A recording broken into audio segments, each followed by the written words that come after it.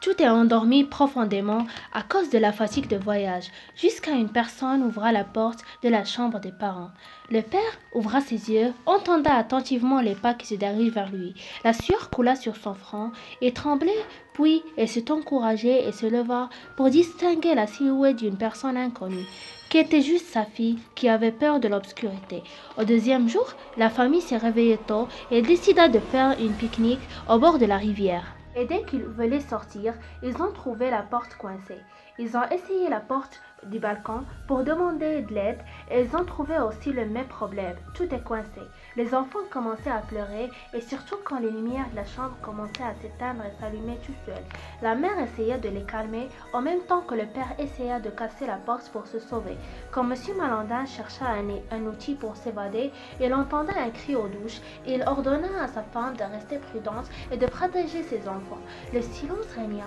Tout attendait ce qui va passer. Et dès que M. Malandin ouvra les rideaux du douche, sa tête est déjà séparée de son corps.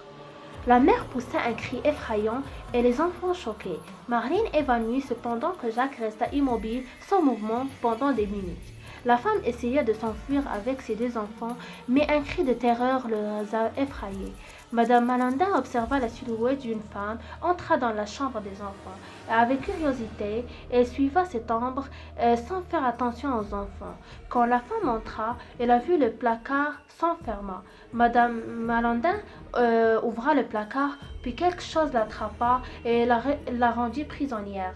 Jacques remarqua l'absence de sa mère et commença à l'appeler.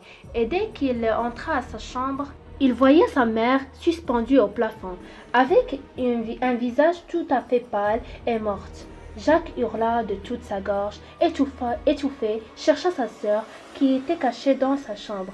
Son frère assis près d'elle, prenait sa sœur dans ses bras et essaya de la calmer.